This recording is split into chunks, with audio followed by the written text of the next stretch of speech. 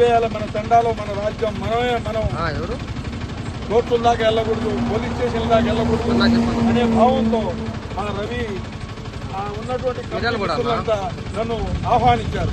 ఆ ఆహ్వానం ప్రకారం నేను ఇక్కడికి వస్తే చాలా అద్భుతంగా పరిష్కారం జరిగినందుకు ధన్యవాదాలు.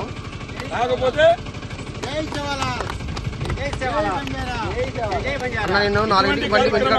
రాబోయే రోజుల్లో మా బంజారాలు 3 వచ్చేస్తా. పోలీస్ స్టేషన్లకు వెళ్ళకూడదు, పెట్టుకోవద్దు. నువ్వు ఫోన్ ఉంటే మా ఆల్ ఇండియా బంజారా సేవా ఆధ్వర్యంలో కార్యక్రమాలు జరగాల.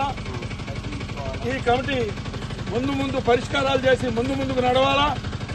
అనేకమైనటువంటి ఈ త్యాగాలకు మేము రుణపడి ఉండాలా. మా జాతి జాగృతికి ఆల్ ఇండియా బంజారా సేవా సంఘ్ ఎప్పుడు మేల్కొల్పులాగా ఉండాలని మేమంతా ఆల్ ఇండియా బంజారా సేవా సంఘ్ కార్యకర్తలుగా ఇంకా ముందుకు పోతాం. ఇప్పుడు దాకా నాకు సభ్యత్వం లేదు. ఇక ముందు మా పోటీ లక్షలాది వేలాది లక్షలాది మంది ఈ ఆల్ ఇండియా బంజారా సేవా సంఘ్లో కార్యకర్తలు అవుతామని నేను ప్రతిజ్ఞ పూర్తూ మనస్ఫూర్తిగా ఒప్పుకుంటున్నాను. ఇవాళ ఆల్ ఇండియా బంజారా యువతరం కానీ బంజారా పెద్దలు కానీ ఏం చేసినా కూడా న్యాయం జరుగుతుంది.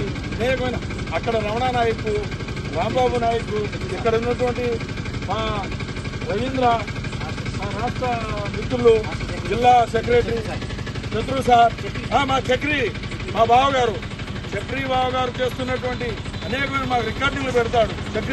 చక్రి బావగారు ఆయన చేసే ప్రతి ఓడికి కూడా న్యాయం, సత్వర పరిష్కారం ఎక్కడుందయ్యా అంటే మా చక్రి బావగారు.